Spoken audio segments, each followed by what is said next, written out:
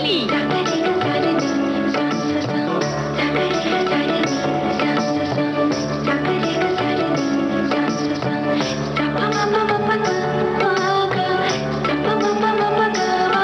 सखी सहेली।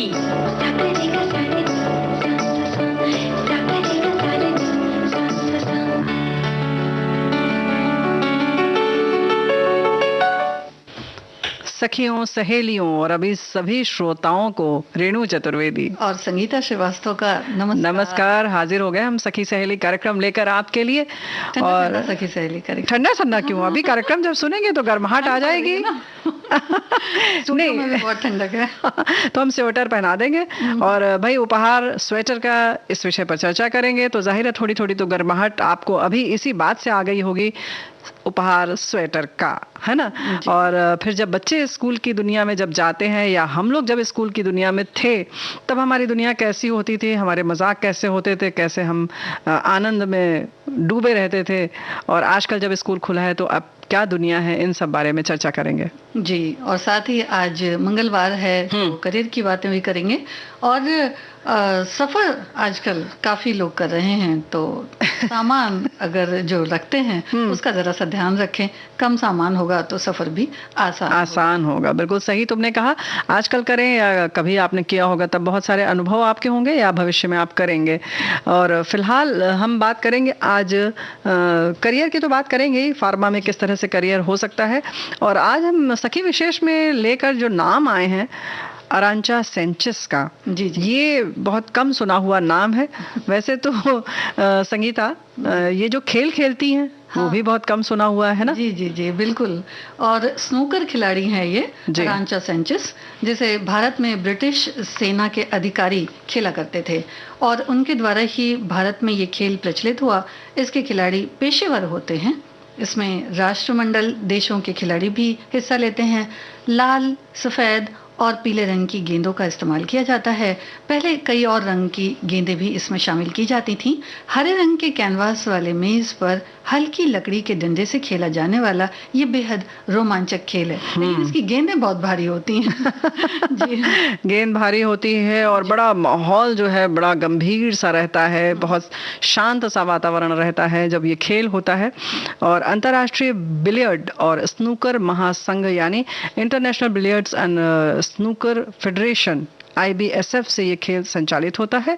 और अरांचा सेंचेस की इसी अद्भुत पेशेवर खिलाड़ी जो है ये खेलती हैं स्नूकर और इंग्लिश बिलियर्ड्स की भारतीय महिला खिलाड़ी हैं, जिन्होंने 6 अक्टूबर 2013 को कार्लो आयरलैंड में आयोजित महिलाओं की IBSF वर्ल्ड 6 रेड स्नूकर और टीम स्नूकर चैंपियनशिप में स्वर्ण पदक हासिल करके पहली भारतीय बन गई जो कि स्नूकर चैंपियन है। और ये कहना चाहिए कि झंडे गाड़ दिए इन्होंने जी। और इस ऐतिहासिक उपलब्धि के बाद 27 सितंबर 2015 में आपने IBSF वर्ल्ड बिलियर्ड्स चैंपियनशिप जो ऑस्ट्रेलिया में आयोजित की गई इस खिताब को भी जीता, यानी चैंपियनशिप भी जीती। और इसके साथ ही विश्व की अकेली ऐसी महिला बनी जिन्होंने IBSF वर्ल्ड टाइटल बिलियर्ड्स और स्नूकर दोनों को जीता, दोनों में ही जीता ये टाइटल, और ये रिकॉर्ड भी अपने नाम किया।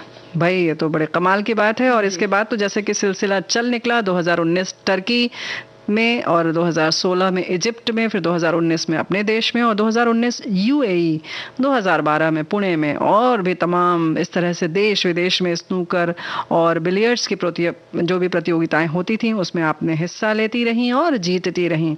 उन्होंने कुछ खेलों में कहते हैं ना कि ठीक है, कभी अच्छा आपका प्रदर्शन होता है, कभी सर्वोत्कृष्ट होता है, कभी उत्कृष्ट होता है, कभी उत्तम होता है। तो भाई उत्तम प्रदर्शन करके आपने ब्रॉन्ज मेडल भी हासिल किए हैं, कांस्य पदक भी आपको मिले और कई अवार्ड्स भी आपको मिले हैं। फोनिक्स लीडिंग लेडी पुरस्कार आपको मिल चुका है, 10 राष्ट्रीय स्तर के पुरस्कार और 2 महाराष्ट्र राज्य चैंपियनशिप सम्मान भी आपको मिल चुका है। जी, इतने सारे पुरस्कारों के साथ साथ 2007 IBSF अंडर 21 स्नूकर चैंपियनशिप में भारत का प्रतिनिधित्व भी इन्होंने किया। 2015 में उन्हें शिव छत्रपति पुरस्कार से भी सम्मानित किया गया। तो भाई अरांचा लायल सेंचेस का जन्म 27 अप्रैल 1990 को मुंबई महाराष्ट्र में हुआ और इनके पिता भारतीय सेना में अफसर थे, जिनका नाम कर्नल E.J. सैंचेस है। इन्होंने भारतीय सेना में लगभग संगीता 30 वर्ष को अपना दिया है। अपना जिंदगी के 30 वर्ष इन्होंने भारतीय सेना को दिए, हमारे देश को दिए, और कई ऑपरेशन में कमांडर इंचार्ज भी रहे। जी, 3 दशकों का सफर तय किया जी। और खेलों में भी अरांचा सैंचेस के पिता काफी रुचि थी उनकी, और वो अपनी बेटी के कोच भी रहे और अपनी बेटी को इस खेल में एक मेंटोर की तरह आगे की ओर अग्रसर करते रहे। अरांचा की माता का नाम कैरोलिना सैंचेस है। 15 साल की उम्र में अरांचा ने स्नूकर खेलना शुरू किया। वो बिलियर्ड्स और स्नूकर के जो एनुअल टूर्नामेंट हैं उनमें भी हिस्सा लेती रही, यानी शुरुआती दौर में। भाई एक शिक्षिका की बेटी हैं अरांचा, जी। तो बहुत सारे गुण हैं इनके में, और वो उनकी पढ़ाई में भी झलकता है। फिर उन्होंने पुणे ओपन स्नूकर, पहले हम खेल की बात पूरी कर लें फिर हम पढ़ाई की बात करेंगे, है ना। अरांचा ने पुणे ओपन स्नूकर चैंपियनशिप में हिस्सा लिया। फिर धीरे धीरे आपने बिलियर्ड और स्नूकर खेल की भी बहुत सारी बारीकियों को सीखा, चीज़ों को सीखा, जिससे कि खेल का तरीका उनका और अच्छा हो सके, प्रदर्शन और बेहतर हो सके, और कोई भी गलती ना हो, है ना जी। और पढ़ाई लिखाई इनकी जाहिर है कि आर्मी स्कूल में ही हुई। तो इसके साथ साथ अरांचा IT इंजीनियर भी हैं।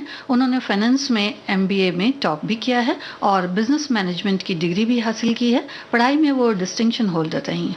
क्या बात है, विशेष योग्यता प्राप्त करके इस तरह से आपने पढ़ाई की, और विशेष तो हैं ही आप। एक ऐसा खेल आप खेलती हैं जिसमें कि आपने बहुत सारी जगहों पर बहुत सारे रिकॉर्ड अपने नाम किए हैं। इसके साथ ही वो विश्व और राष्ट्रीय स्तर की बिलियर्ड चैंपियन है, जैसे कि हम बता ही रहे हैं। और 2 साल की उन्हें अपने इनके खेल की वजह से स्पोर्ट्स स्कॉलरशिप भी मिली। आर्मी सिल्वर मेडल भी आपको मिल चुका है, और BTech में बेस्ट स्टूडेंट मैनेजर इन इंजीनियरिंग का भी सम्मान आपको मिल चुका है। जी। तो बहुत सारे बच्चे तो ये जानते हैं कि जब पढ़ाई लिखाई करते हैं हम लोग, तो उसमें जो स्कॉलरशिप मिलती है वो पढ़ाई से मिलती है लेकिन खेल में भी जी इतना अच्छा प्रदर्शन अगर हो तो खेल के लिए भी स्कॉलरशिप इन्हें मिली। और जिस हिसाब से इन्होंने अपना प्रदर्शन दिया वो सभी के लिए बड़ा ही प्रेरणा की बात है, एक तरह से कह सकते हैं, और बड़ा ही काबिल तारीफ भी है। काबिल तारीफ तो है, लेकिन हम फिलहाल एक गीत सुनते हैं और आगे बढ़ेंगे। बहुत सारे विषय हैं जिनको आज हम समाहित कर रहे हैं कार्यक्रम में। करियर की बात करेंगे, और वहीं स्वेटर का उपहार आपने कब दिया, किसको दिया, क्या प्रतिक्रिया थी। बहुत सारे हमारे भाई लोग भी बुनाई करते हैं, तो क्या आप करते हैं, आप वो भी हमें साझा करेंगे तो अच्छा लगेगा जी।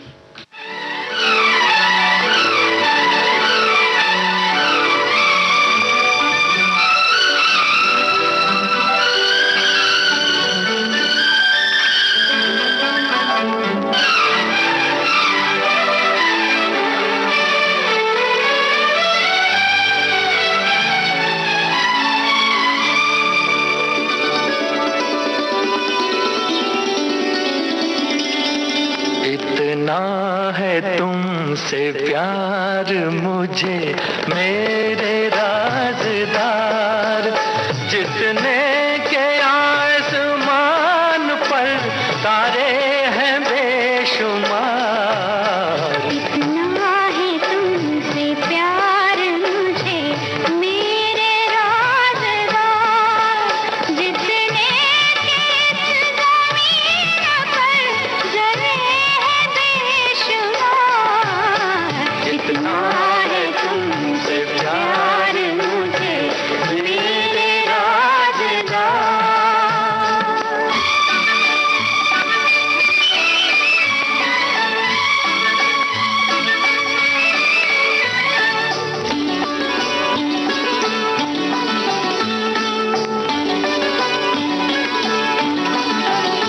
तेरे सिवा किसी को न लाया निगाह में, लाखों हसीन आए जवानी की राह में। सदियों से कर रहा था तुम्हारा ही इंतजार। इतना है तुमसे प्यार मुझे मेरे राज़दार, जितने के आसमान पर तारे हैं बेशुमार। इतना है तुमसे प्यार मुझे मेरे राज़दार।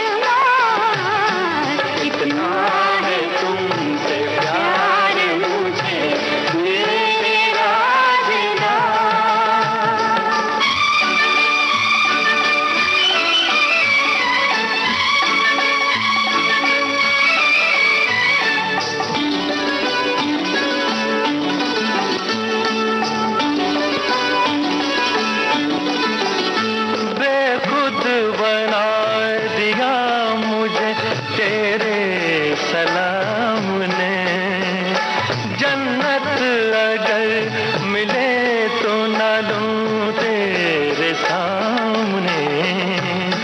ये प्यार वो नशा है के जिसका नहीं उतार, इतना है तुमसे प्यार मुझे मेरे राज़दार, जितने के आसमान पर तारे हैं बेशुमार। इतना है तुमसे प्यार मुझे मेरे राज़दार, जितने के ज़मीन पर ज़रे हैं बेशुमार। इतना है तुमसे प्यार मुझे मेरे राज़दार। तो बहुत सारी राज की बातें हैं जो गीत के माध्यम से बाहर आती हैं और इसके साथ प्यार जितना जिंदगी से है उतना ही पढ़ाई से भी हो तो बड़ा अच्छा है। हाँ, ये बड़ा मुश्किल तुमने बात कर दी, बड़ा मतलब अब कहना चाहिए कि अब ठंड लगने लगी।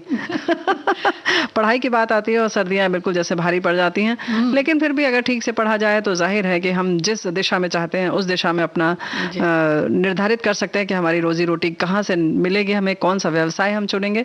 लेकिन फिलहाल ड्रग इंस्पेक्टर आप बन सकते हैं, ड्रग एनालिसिस्ट बन सकते हैं, और भी बहुत सारे इस क्षेत्र में हैं जो आप बन सकते हैं। यानी कि फार्मास्यूटिकल्स की दिशा में अगर हम चलें तो डी फार्मा, बी फार्मा, ये हमारे आज इसका है जिस दिशा में हम बात करने वाले हैं। पीसीआई यानी कि फार्मेसी काउंसिल ऑफ इंडिया ने फार्मासिस्ट बनने या फार्मेसी कोर्स के लिए कुछ मानदंड निर्धारित किए हैं। संगीता जी जी, और इसीलिए जो शैक्षिक योग्यता है वो 12वीं पास करने के बाद आप ये कोर्स कर सकते हैं, लेकिन 12वीं में आपका विषय जो है पीसीएम यानी कि फिजिक्स, केमिस्ट्री, मैथ्स और बायोलॉजी भी अगर हो तो बहुत अच्छा है, होगी तो भी आप इस मतलब मैथ्स हो या बायोलॉजी हो तो आप कर सकते हैं।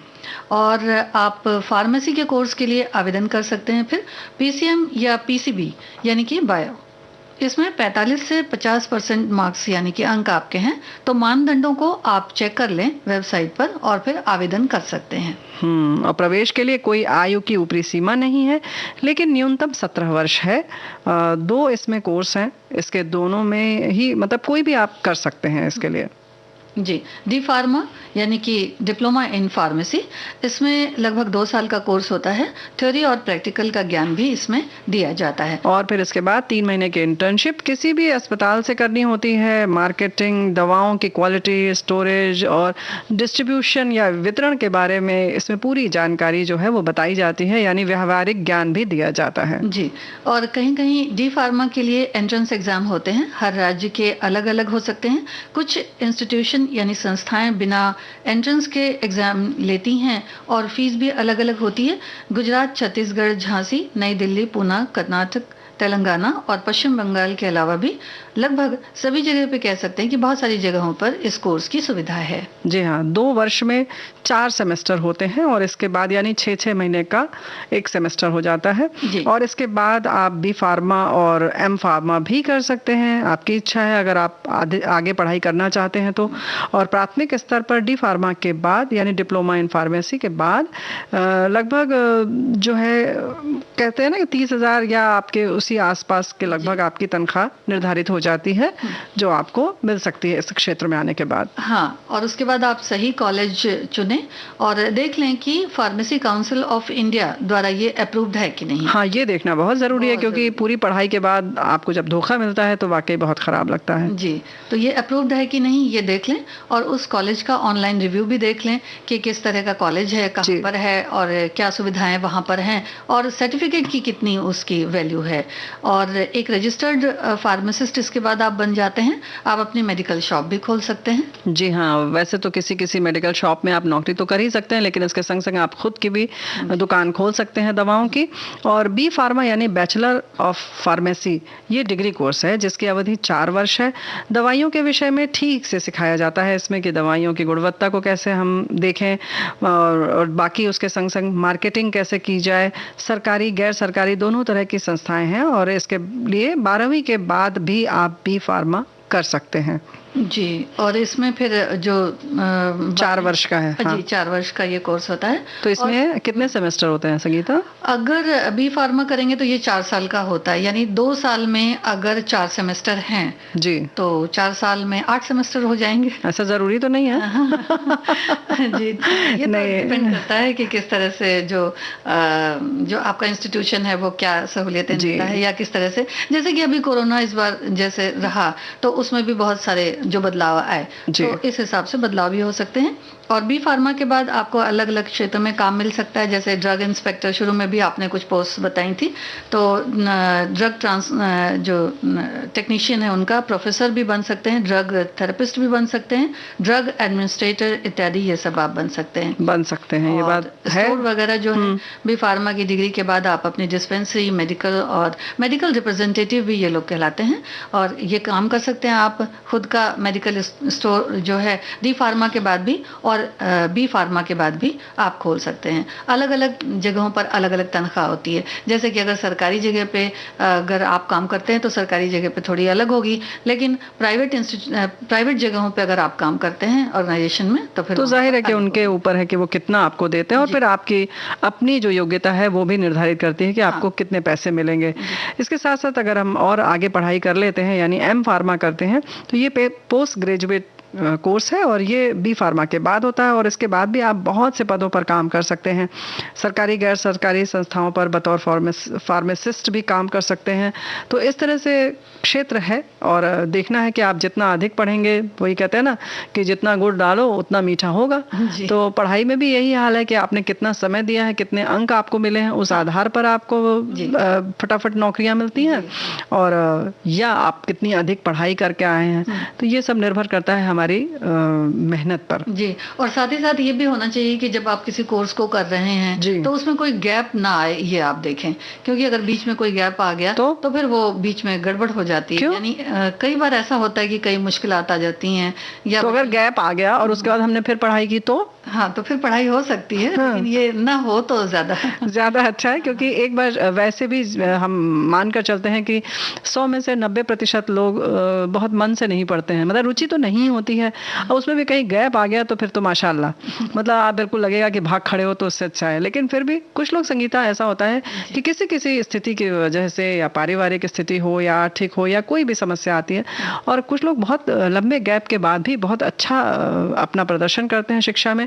तो ये बहुत काबिले तारीफ है। तो भाई कोशिश करें कि गैप ना आए, लेकिन अगर आ जाए तो दुगनी मेहनत से जुट जाए, है ना। और ये बात भी है कि ये जो फील्ड है वो एक ऐसी फील्ड है कि इसमें आपको बहुत सारी दवाएं याद करनी भी पड़ती हैं, बहुत सारे डॉक्टर्स के जो पर्चे होते हैं वो आपको देखने पड़ते हैं, तो बिल्कुल शिद्दत से इसको बिल्कुल करना है। और बहुत बार ये भी होता है कि जो बच्चे फार्मा की तरफ जाते हैं वो बहुत ज्यादा लोगों की सेवा से भी संलग्न होते हैं कि भाई हमें मेडिकल में कुछ काम करना है और कुछ अच्छा करना है लोगों। तो यानी कि अगर आपको थोड़ा भी सेवा का शौक है या कुछ आप चाहते हैं, लोगों के लिए आपको सहानुभूति है, आप संवेदनशील हैं, तो इस क्षेत्र में जरूर आएं, क्योंकि ऐसा नहीं है कि सिर्फ डॉक्टर ही सेवा करते हैं, आप एक फार्मासिस्ट बनकर भी बहुत समाज की मदद कर सकते हैं। और फिलहाल हमें गीत सुना सकते हैं, आपको सुन सकते हैं।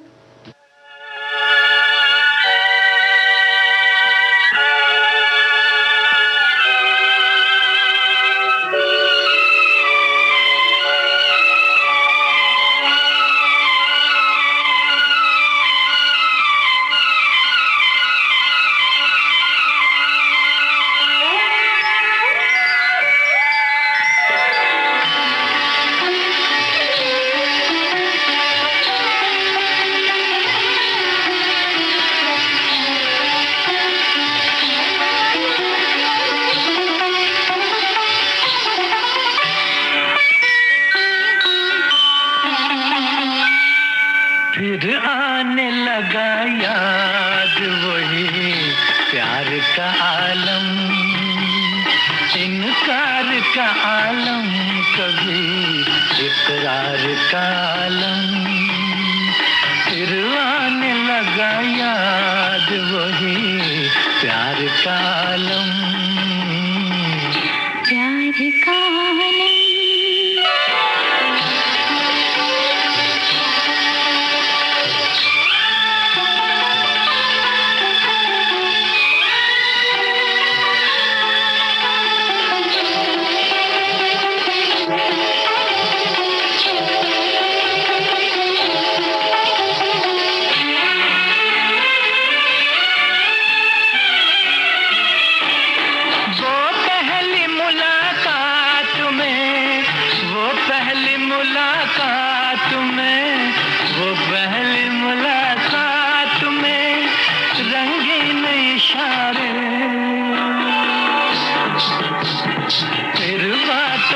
बातों में वो तकरार का आलम, फिर आने लगा याद वही प्यार का आलम। प्यार का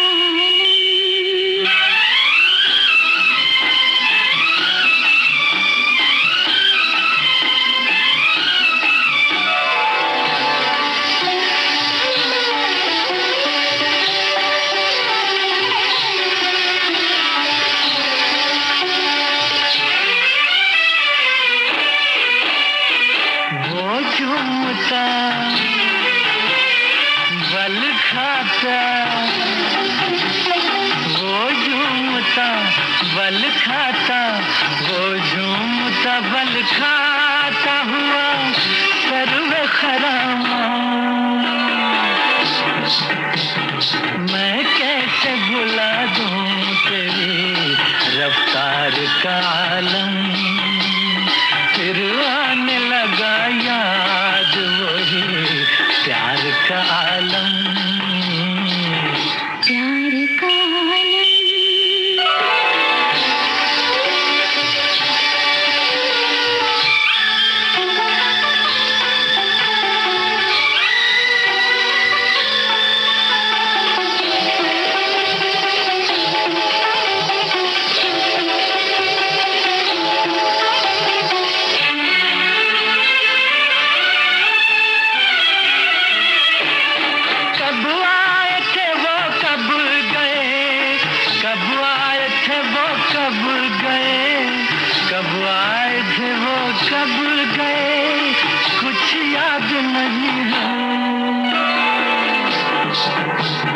आंखों में बसा है वही दीदार गालम, फिर आने लगा याद वही प्यार का आलम।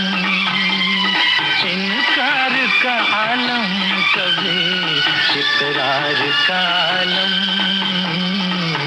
प्यार का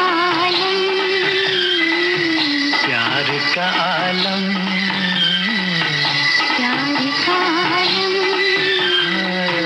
प्यार का आलम।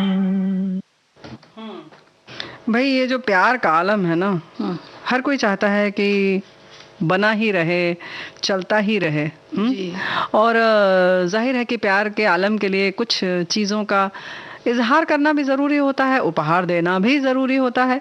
और जैसे कि हमने पहले भी कहा कार्यक्रम में ना कि इजहार के लिए ये स्वेटर का जो उपहार है वो किस तरह से काम आता है इस मौसम में, ख़ास तौर से किस तरह से गर्माहट लाता है संबंधों में भी, ये तो सब जानते हैं, है ना जी।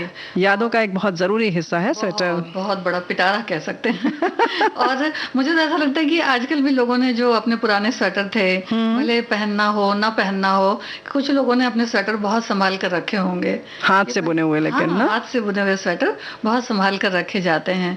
और स्वेटर के साथ जहाँ तक की बात है कि जब हम बिनना, उसको एक बहुत बड़ी कला थी कि कला तो देखो आज भी है। अब वो हम लोगों ने कला थोड़ी सी पीछे कहीं रख दी है, है ना। फिर वही बात होती है कि हम लोग उसे किस तरह से एक नया रूप दे सकते हैं, या सीखना तो कोई ऐसी बात नहीं है, बिल्कुल सीखा जा सकता है। जब बड़े लोगों को बिनते हुए स्वेटर देखते थे तो देखिए हम लोग छोटे थे, लेकिन उसके बाद भी वो उसके जो कांटे थे वो किस तरह से चलते थे, सलाइयाँ तरह से धीरे धीरे धीरे धीरे से फंदे उस पर चढ़ते थे और स्वेटर आगे बढ़ता था। तो हम लोग बड़े लोगों के स्वेटर भले बना पाए या ना बना पाए, लेकिन गुड़ियों गुड्डों के स्वेटर तो बिल्कुल बना लेते थे। छोटे छोटे स्वेटर, और वैसे ही सीख लेते थे। हाँ, ये बात तो है। हाँ। सीखने की अगर इच्छा हो तो हर आदमी सीख लेता है। और स्वेटर जहाँ तक है, हमारे बहुत सारे साथियों ने लिखा भी है कि हमने तो स्कूल में और घर में भी माँ के द्वारा बचपन में बुनाई, सिलाई और कढ़ाई सीखी थी। सगाई यानी कि एंगेजमेंट के बाद पति को दिया गया पहला उपहार अपने हाथ का बुना हुआ स्वेटर ही था। हालांकि अब तो इसका चलन नहीं है, लेकिन मैंने बहुत बनाए और दिए भी हैं।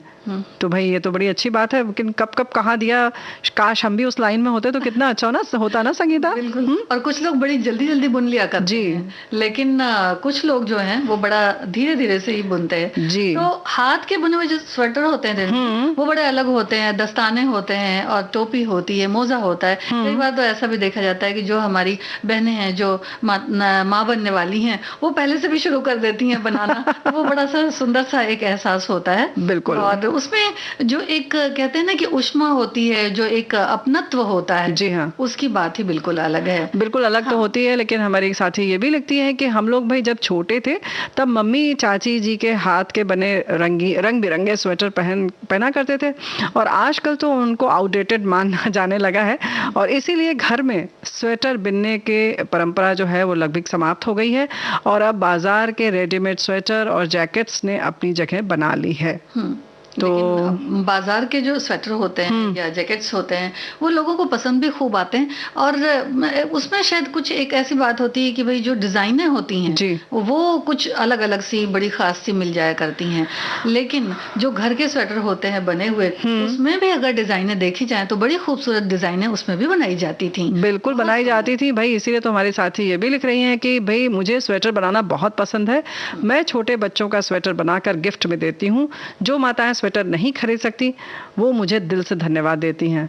वैसे एक बात है कि अगर हाथ से बुना हुआ स्वेटर मिल जाए तो मेरे पास तो अगर सैकड़ों स्वेटर भी हों तो वो तो धन्यवाद दिल से निकलेगा, हाथ से बने हुए स्वेटर के लिए वो बाकी सारे स्वेटर के ऊपर होगा भाई जी। और ये बता भी रही हैं कि देखिए जो स्वेटर बनाती हैं वो देती भी हैं साथ में, तो जो लोग लेते होंगे वो तो मुझे लगता है कि पहले से ही आतुर होते होंगे कि कब ये स्वेटर जल्दी से बन जाए और कब ये फंदे से उतरे और कब इसे तुरंत पहना जाए, नापा जाए कि ये बिल्कुल ठीक है कि नहीं है। तो इस बात को हम जारी रखेंगे, लेकिन एक समय हो गया एक छोटे से अंतराल का। जी, तो अंतराल के बाद सखियों के साथ फिर हाजिर हो जाएंगे।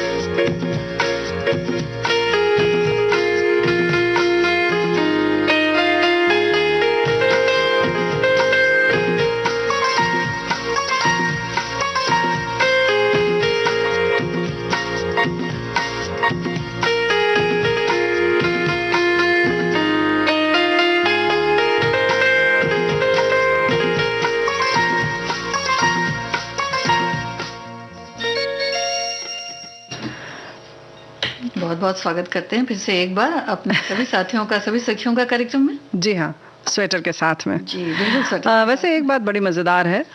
एक ये जो हमारे साथी ने, हमारी बहन ने लिखकर भेजा है, उसको पढ़ लेती हूँ फिर बताती हूँ। उपहार स्वेटर का, पहले उपहार में स्वेटर है का बहुत चलन था। रिश्तेदार हो, भाई बहन हो, बच्चे को बाहर पहनने जाना या सर्दियां शुरू हो रही हैं तो आपस में मिलजुल कर लो, जल्दी जल्दी स्वेटर बनाते थे। किसी के गाने, नए बच्चे का जन्म हुआ है या उसके जन्मदिन है तो स्वेटर, टोपी, मोजे हाथ से बनाकर उनको गिफ्ट में दिया जाता था। कभी कभी तो रात दिन जाग कर अड़ोस पड़ोस से सहायता लेकर बनाना पड़ता था और अपने हाथों से बुनकर आदमी देता था, और लेने वाले भी बड़े चाव से उसे पहनते थे। उसमें उनका प्यार ही छलकता था। और अब तो बनाते भी कम है, रेडीमेड जमाना जो आ गया। अब तो ऑनलाइन मार्केटिंग हो रही है, एक से एक अच्छे jacket, pullover, sweater, cardigan, poncho सब उपलब्ध हैं। सचमुच उस बुनावट में जो गर्माहट थी, वो प्यार था, वो रेडीमेड चीज़ों में नहीं है। मैंने तो आज भी कितनी चीज़ संजो कर रखे हुए हैं, अपने बच्चे के बचपन के हाथ के बने हुए स्वेटर जो मेरे दोस्त, उसकी मौसी, उसकी बुआ ने दिया है। क्या बात है, तो कितना अच्छा लगता होगा ना। हाँ, एक पिटारे की तरह है, और इन्हें कभी कभी तो लोग बिल्कुल देखते हैं और याद भी करते हैं। और साथ ही साथ जैसा कि इन्होंने लिखा है कि बड़ी जल्दी होती थी कि किस तरह से स्वेटर, क्योंकि भाई अब शादी ब्याह का समय है या कुछ भी है तो जल्दी जल्दी से स्वेटर बनाने हैं, नए नए बनाने हैं। तो उस वक्त तो ऐसा लगता था कि जितनी भी जो हमारी महिलाएं होती थी, जो सखियां होती थी, उनके गोद में आपको ऊन के गोले जो है बिल्कुल मिल जाते थे, और कई बार तो वो फंस भी जाएंगे आपस में, क्योंकि कई रंग मिलाकर भी वो बनाया करते करते थे। बड़ी ही गजब की कला है। और कभी कभी जैसे किसी को अगर उपहार में देना है या वैसे भी देना, अपने भाई के लिए बना रहे हैं और उनको बाहर जाना है, तो पता लगा एक बाह किसी को दे दिया, एक बाह किसी को दे दिया, आगा किसी को कोई पीछा बन रहा है, तो इस तरह से बुनावट होती थी। लेकिन संगीता, मजेदार बात यह है कि हमने तो सिर्फ ये कहा था उपहार स्वेटर का, हमने कहीं नहीं कहा था हाथ से बुना हुआ। तो देखो, हाथ से बुने हुए स्वेटर की जो उष्मा है ना, वो सब तक अपने आप पहुंच गई और सबने अपने आप जोड़ लिया कि किस तरह से हाथ से बुने हुए स्वेटर की क्या महिमा है, और उसके बारे में सब लोग अपनी अपनी यादें यहाँ पर साझा करने लगे, है ना। और सोच भी रही होंगी, जो कई बार ऐसा होता है कि हम लोग जब किसी काम को छोड़ देते हैं या हम सिलाई बुनाई से थोड़ा दूर हट जाते हैं, तो फिर भूल भी जाते हैं कि भाई ये डिजाइन अगर बनती थी तो इसमें कितने फंदे पड़ते थे और कैसे, मतलब क्योंकि फंदों को बिनना पड़ता था, तो वो भूल भी जाएंगे जी हाँ, अगर हमने बिनना छोड़ दिया। बिल्कुल। तो जो सखियां हमारी बड़ा सुंदर एक जमाने में स्वेटर बिना करती होंगी, तो वो आज जरूर एक बार सोच रही होंगी कि भाई चलो देखा जाए बिनकर कि वो डिजाइन याद भी है। लेकिन एक बात और है संगीता, वहीं जब हम बहुत कुशल हो जाते हैं तो ये भी होता है कि कोई भी डिजाइन देकर, कुछ बहनें तो हमारी ऐसी भी होती हैं पारंगत कि बस देखा और कभी कभी तो फोटो देखकर भी उस डिजाइन को बना लेती हैं। तो फिर तो कहते हैं ना कि फंदे भी बोलने लगते हैं और आपके हाथ में आते ही अपनी बातें कहने लगते हैं कि अच्छा मुझे इधर से चढ़ाओ, इधर से उतारो, इतनी बार उल्टा बिनो, इतनी बार सीधा बुनो, है ना। सावधानी भी बहुत बरतनी पड़ती, नहीं तो पता चला कि गिर गया एक फंदा, कहीं और लग गया और पता चला फंदे भी बिनते समय कहीं इधर से उधर हो गए। तो जब डिजाइन जब उसकी देखी जाती थी तो फिर ये होता था कि भाई जुड़ नहीं पाती थी, तो डिजाइन ठीक आई है लेकिन यहाँ कुछ गड़बड़ दिख रहा है, तो फिर अब ये होता था कि फिर से चलो उसको खोलो। तो बड़ी सावधानी की जरूरत होती है। तो एक तरह से कह सकते हैं कि ये कला जो होती है वो लोगों को एक तरफ केंद्रित करने में बहुत सहायक होती है।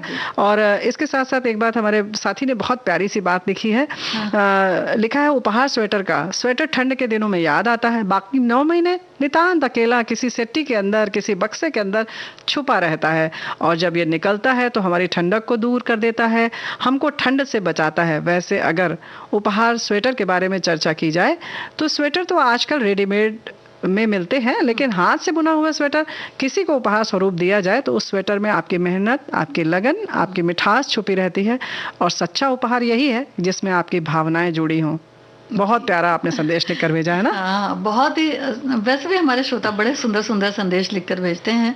तो बुनाई की जो एक अच्छी खासी सी एक कह सकते हैं कि प्रतियोगिता जैसी होने लगती है स्वेटर जब बिनना शुरू करते हैं लोग जी, तो जल्दी जल्दी बिनने का। और कई बार ऐसा नहीं होता था रेणु जी कि कुछ सखियों को बड़ी अच्छी डिजाइन आती थी, लेकिन वो भाई बड़ी मिन्नतों के बाद बताया करती थी कि अच्छा ये डिजाइन अच्छा है, ऐसे बनेगी, अच्छा तो अगर बता दिया तो अच्छी बात है, नहीं तो फिर तरसते रह जाते थे कि काश ये डिजाइन भी बना। हाँ, तो देखो जब ऐसी हमारे कुछ साथी होते हैं ना, तभी ऐसे साथी भी निकल कर आते हैं जो कि केवल फोटो देखकर बना लेते हैं डिजाइन, क्योंकि उनको लगता है कि भाई अब तुमने नहीं बताया संगीता ने ये डिजाइन, तो हम तो बना कर रहेंगे, बस वो जुट जाते हैं। तो कहीं ना कहीं जब हमारे रास्ते में कोई बाधा आती है तो हम उसको दुगनी उत्सुकता से और चुनौती से करते हैं जी। और आगे बात जारी रहेगी, एक गीत सुन ले पहले। हाँ,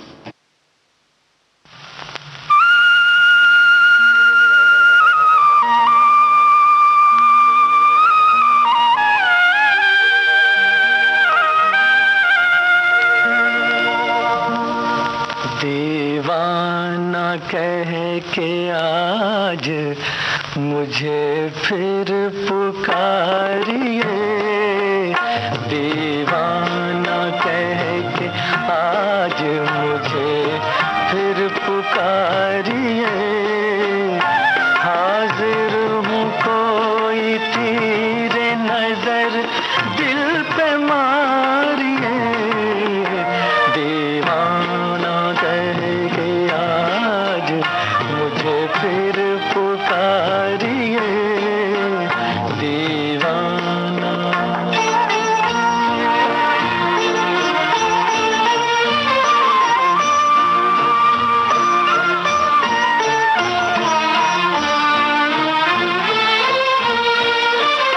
लग जाए आपको न किसी की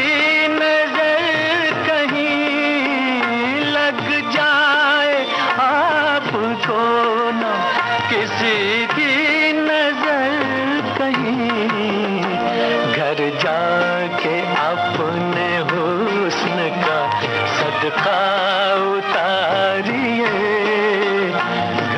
जाके अपने हुस्न का सदका उतारिए, हाजिर हूँ कोई तीरे नजर दिल पे मारिए, दीवाना कह के आज मुझे फिर पुकारिए, दीवाना।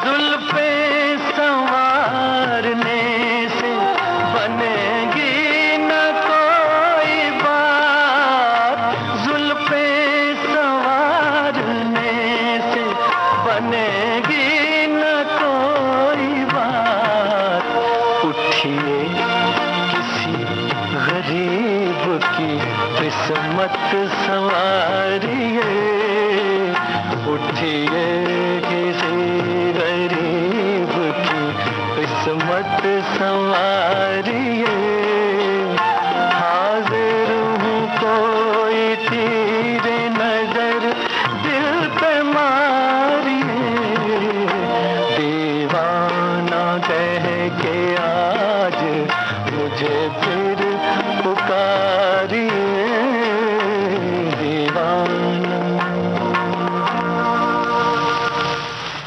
स्वेटर पहन के ऐसी ही फील आती थी पहले ऐसा लगता था कि बिल्कुल एकदम कैसा लगता पता था? नहीं उड़ने लगे कहीं आसमान पे। हाँ, लेकिन हाथ का स्वेटर बना हुआ हो तो देखो ऐसा है ना कि जैसे हमारे बहुत सारे साथी कह रहे हैं कि ये सब चीज़ें आ गई हैं, जैकेट आ गया है, ये है वो, लेकिन फिर वही बात आती है कि कुछ चीज़ें जो है वो कभी पुरानी नहीं होती हैं।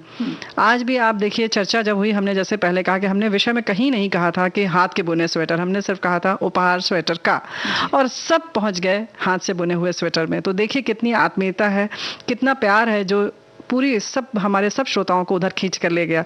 अगर आप कल्पना करते हैं स्वेटर की, तो वही हाथ से बुना हुआ मौसी मामी के द्वारा बिना हुआ, बुआ के, चाची, ताई, दादी के ने जो बुना होता है, वही स्वेटर याद आता है ना? कभी भी बाजार वाला कोई भी स्वेटर याद नहीं आता है, बिल्कुल नहीं याद आता है। और हमारे श्रोता तो मैं तो ऐसा समझ रही हूँ कि इस जाड़े में जरूर निकालेंगे अपने स्वेटर, अगर उनके पास कोई होंगे तो जरूर निकालें। बिल्कुल निकालिए, और बहुत सारी सलाइयाँ पड़ी होंगी उन्हें निकालिए, और वहीं हम क्रोशिया को कैसे भूल सकते हैं? हाँ, क्रोशिया से भी बहुत सुंदर बनते थे। और ऊन के जैसे स्वेटर वगैरह हैं तो उनसे अलग भी चीजें हमारी सखियां बनाया करती थी, बहुत सारी शॉल वगैरह भी बना। जी हाँ, हाथ के बुने हुए शॉल भी होते थे, और हमारे पास अभी भी, अगर श्रोताओं को विश्वास हो तो, हाथ का बुना हुआ क्रोशिया से बना हुआ हमारी बुआ जी के लड़के ने बनाया था वो हाथ का बुना हुआ शॉल है जी, और वो बहुत सुंदर है। और इस तरह से हाथ का बुना हुआ शॉल भी बहुत अच्छा होता था। यू पिन भी एक आता था, क्रोशिया के साथ साथ यू पिन उसका बना हुआ शॉल है। हाँ, बल्कि यही हम बताना भूल गए, यू पिन का शॉल से बना हुआ है। और एक चीज और बड़ी खास होती थी कि जो दक्ष होती थी महिलाएं बनाने में, तो वो न सिर्फ साधारण स्वेटर बल्कि बड़े अलग अलग तरीके के, जैसे जो कोट होते हैं उनमें अलग तरह की पॉकेट्स होती हैं जो बाजार से हम खरीदते हैं, तो उनमें भी बड़ी अच्छी डिजाइन डाल के बिल्कुल वैसे ही कोट की तरह बिल्कुल बनाया स्वेटर बनाती थी। कॉलर वाला स्वेटर बनता था, वहीं बेल्ट वाला स्वेटर बनता था। और जैसे तुमने कहा कि कोट तो कभी सीधे पॉकेट पड़ते थे, कभी साइड से जो पॉकेट पड़ते थे, हाथ जो डाले जाते हैं ना बगल से, ये बड़ी वैसे भी आती थी। तो भाई खासियत तो हमारी सारी बहनों में है, और हमारे भाई लोग भी जरूर बुनते होंगे, बहुत सारे छुपे बैठे हैं। और ये हुनर जो है वो कोई भी कर सकता है ना। हाँ, ये भी कह सकते हैं कि भाई चलो, अब अगर संगिनी है तो उनको आता है, तो ये भी कह सकते हैं कि चलिए अब हम उनका गोला लाने जा रहे हैं और आप चलिए कुछ बना दीजिए फिर। बिल्कुल सही बात है। अगर बाजार के स्वेटर की बात आती है तो बहुत बारीक सिलाई से जो बिना जाता है स्वेटर, यानी कि 12-14 नंबर की जो सिलाई आती थी, उनसे जो स्वेटर बुनते थे बिल्कुल लगता है जैसे मशीन का है, बहुत बारीक और पतले ऊन से। 6 नंबर की भी कुछ सिलाई आती थी, 6 की मोटी होती है, 12-14 वाली और पतली होती है, जिसमें कि नंबर मैंने बिल्कुल ठीक याद रखा। तो इस तरह से जो पतले ऊन होते हैं उनको पतली सिलाई से। ये भी एक कला है कि कितने नंबर की सलाई से कितने मोटे ऊन को बुना जाएगा। बच्चों के जूते, टोपी, ये सब तो बड़े सुंदर लगते हैं, उसमें वो फुंदने लगते थे, वो भी बनाना भी एक अपने आप में बड़ा हुनर होता था। पगड़ी किसका बनाते थे, किसका पगड़ी। कितना सुंदर बनेगा वो फुंदने जो बनते थे। और पगड़ी, बड़े अलग अलग ढंग के टोपियां भी बनने लगी बाद में, है ना। जी। और जब बच्चों की बात होती है कि भाई उनकी टोपियां, उनके मोजे, उनके स्वेटर, तो फिर उनकी तो आजकल बात बहुत निराली हो गई है। बिल्कुल निराली हो गई है क्योंकि वो बड़े निराले से नजर आने लगे हैं, क्योंकि स्कूल जाने लगे हैं। हाँ, स्कूल जाते हैं। और जब स्कूल, पहले तो ये होता था कि भाई स्कूल जाते समय भी थोड़ा झनक रहती थी और फिर लौट कर आते भी थे तो भी थोड़ा मूड ऑफ सा रहता था। लेकिन अब तो लौट कर आ रहे हैं, इतनी देर बिता भी रहे हैं और बड़े खुशी खुशी से सारी बातें बता रहे हैं कि भाई हमने स्कूल में ये पढ़ाई की, हमने स्कूल में ये पढ़ाई की। तो अब ये फर्क देखने को नजर आ रहा है। जी हाँ, क्योंकि बहुत दिनों तक बच्चों ने ऑनलाइन कक्षाएं अपनी जो है वो की हैं पूरी। और उसके जो कहते हैं ना कि उसका भाषा और सारा कुछ विन्यास ही अलग था, उसकी सज़ा देने का तरीका अलग था। किसी एक छोटे बच्चे ने कहा आप ज़्यादा बोलेंगे तो आपको म्यूट कर देंगे, तो मुझे समझ नहीं आया कि इसका क्या मतलब था। क्योंकि पहले तो कहते थे कि कान पकड़ के खड़ा कर देंगे या कक्षा से बाहर निकाल देंगे। अब क्या होता है कि जो बच्चा शैतानी कर रहा होता है ऑनलाइन क्लास में, उसको कहा जाता था म्यूट कर देंगे तुमको अगर तुमने अब ज़्यादा बदमाशी की। तो इस तरह से बहुत सारे नए शब्द आए। लेकिन फिर से जो बच्चे पुराने थे, हमारे जो बच्चे हैं, पुराने तो नहीं कहेंगे, अपने स्कूल जाने लगे जैसे कि पहले जाते थे। तो सिर्फ बच्चों को खुशी नहीं हो रही है, अभिभावकों को केवल खुशी नहीं हो रही है संगीता, बल्कि हम लोग जो नहीं बच्चों को स्कूल भेज रहे हैं या जिनके बच्चे बड़े हो चुके हैं, वो सड़क देखकर भी बहुत खुश हैं। क्योंकि वो बच्चे पोशाक में पीछे बैग लगाए और थोड़ी जहां सर्दियां हैं वहां जैकेट पहन के, स्वेटर पहन के, टोपी लगाकर बच्चे दौड़ रहे हैं स्कूल के लिए, है ना। और उतने ही खुश नजर आ रहे हैं। लेकिन साथ ही साथ एक चीज और है रेणु जी, कि जो बच्चे अभी स्कूल जा रहे हैं उनमें थोड़ा अंतर ये दिखा है कि पहले वो बड़ी ही लापरवाही से जाते थे। अब है कि जाने से पहले तो भाई उनका सैनिटाइजर हो गया और उनकी क्या चीजें, जो नैपकिन वगैरह हैं वो साफ हैं कि नहीं, वो ढंग से रखी हैं कि नहीं, बैग आने के बाद वो सैनिटाइज कर रहे हैं, अपने हाथों को सैनिटाइज कर रहे हैं। और कितना ज्यादा कि मतलब अगर लाइन वहां स्कूल में लगी है तो क्योंकि अल्टरनेट बुलाया जा रहा है, तो जो लाइन में खड़े होते हैं उसके बाद जो टीचर है उनको हाथ में सैनिटाइजर देती हैं, उनको बड़े अच्छे से।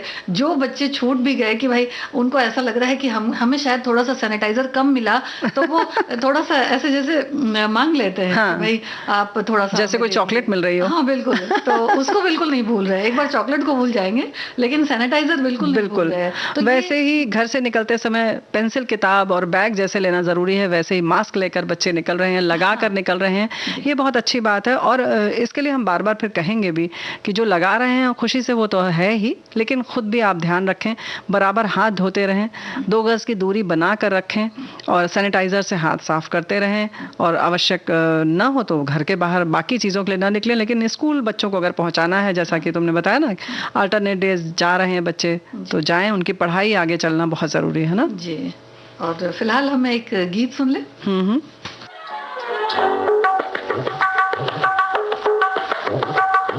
दिल लगा कर हम ये समझे जिंदगी क्या चीज है, दिल लगा कर हम ये समझे जिंदगी क्या चीज है।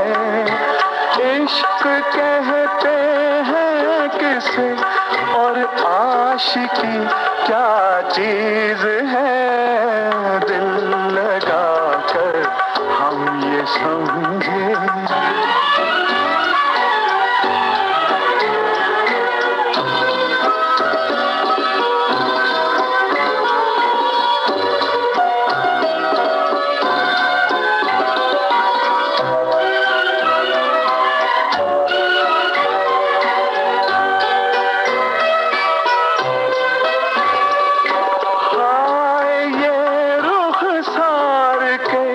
शोले ये बाहें मरमरी, हाय ये रुखसार के शोले ये बाहें मरमरी।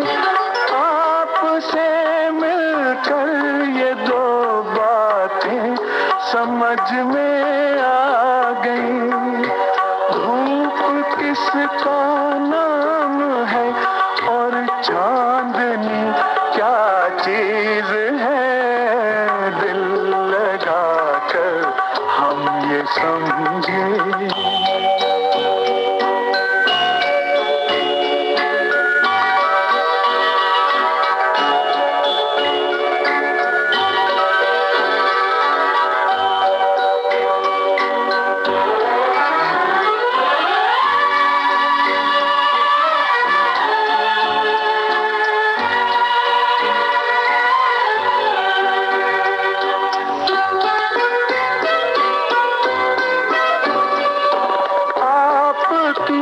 शोखी ने क्या क्या रूप दिखलाए हमें, आपकी शोखी ने क्या क्या रूप दिखलाए हमें, आपकी आंखों ने क्या क्या जाम पिलवाए हमें।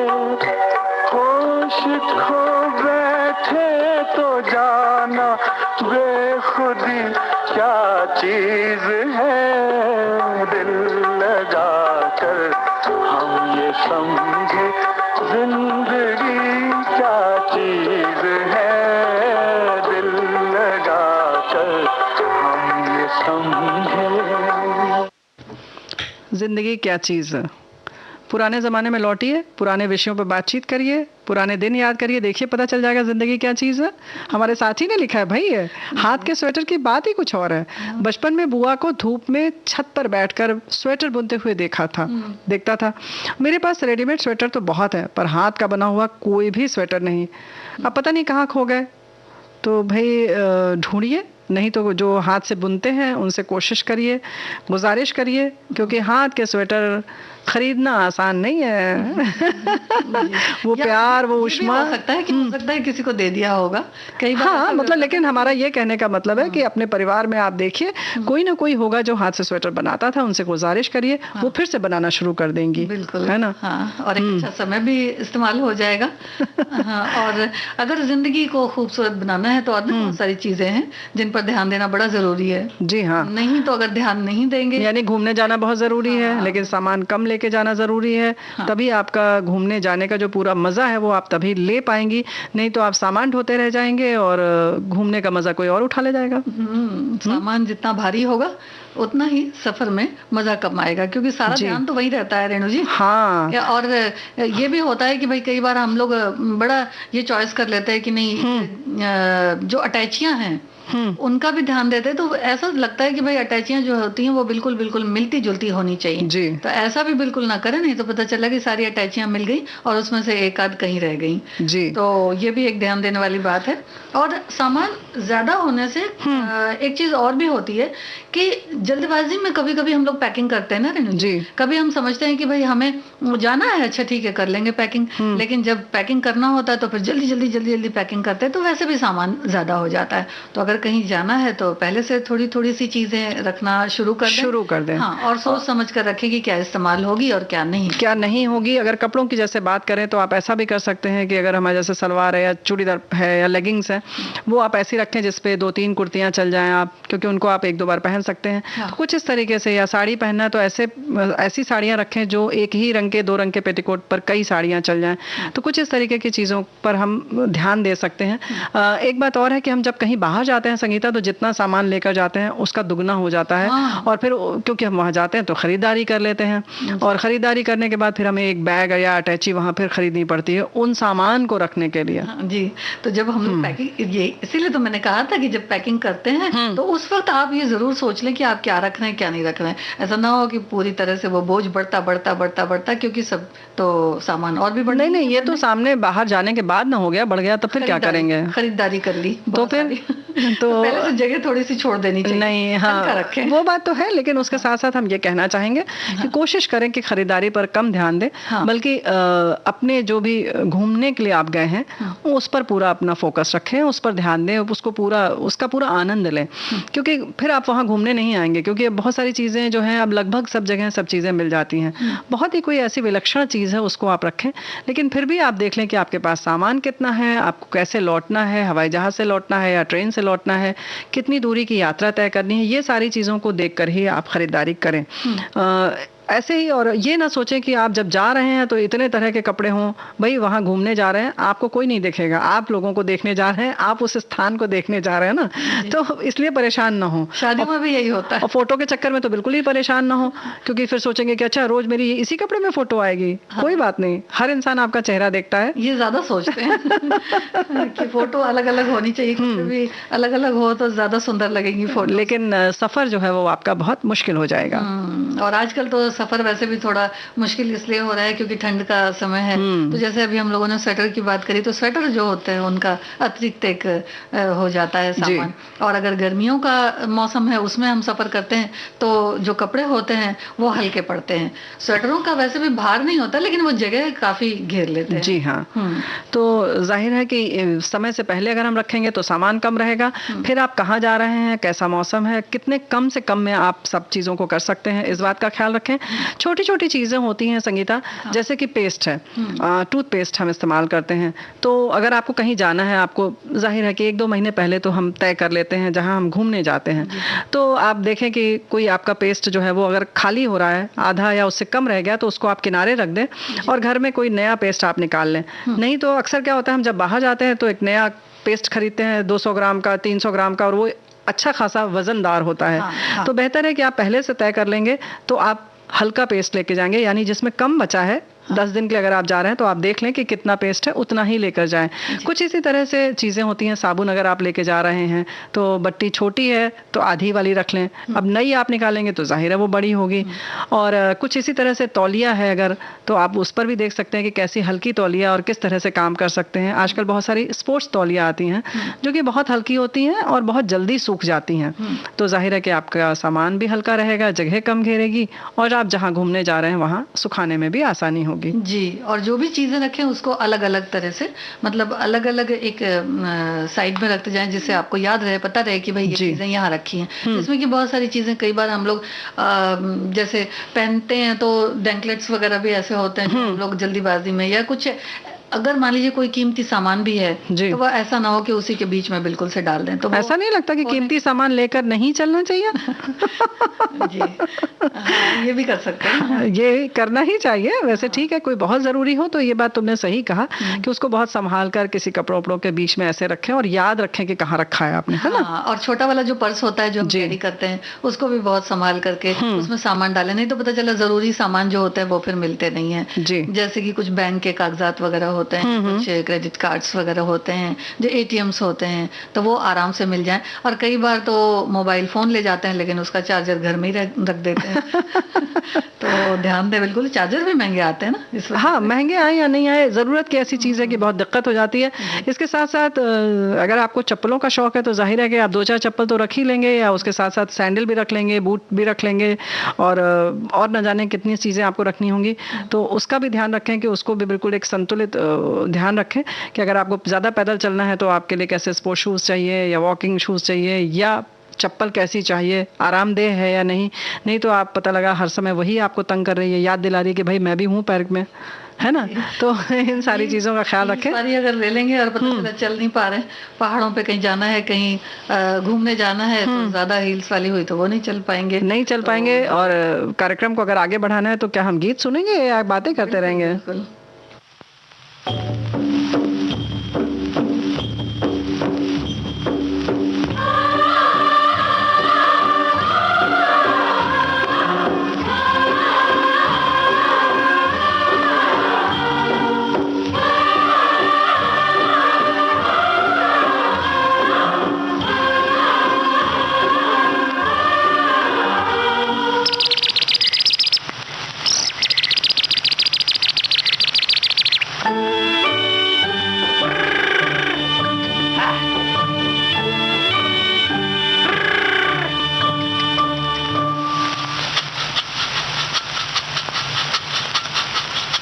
सुहाना सफर और ये मौसम हसी, सुहाना सफर और ये मौसम हसी, हमें डर है हम खो न जाए कहीं, सुहाना सफर और ये मौसम हसी।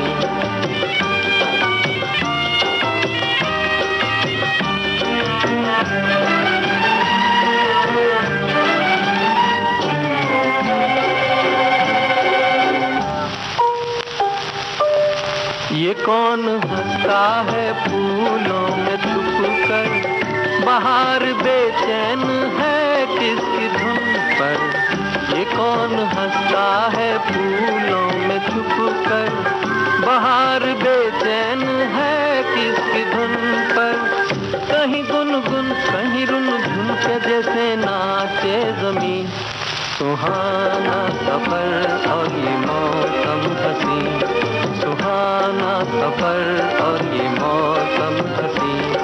हमें डर है हम खो न जाए कहीं, सुहाना सफर और ये मौसम हसीन।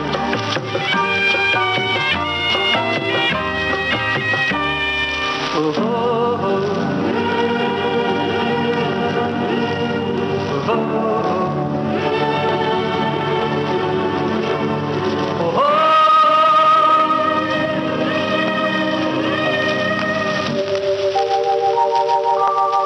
वो आसमां झुक रहा है ज़मीं पर, वो आसमां झुक रहा है ज़मीं पर।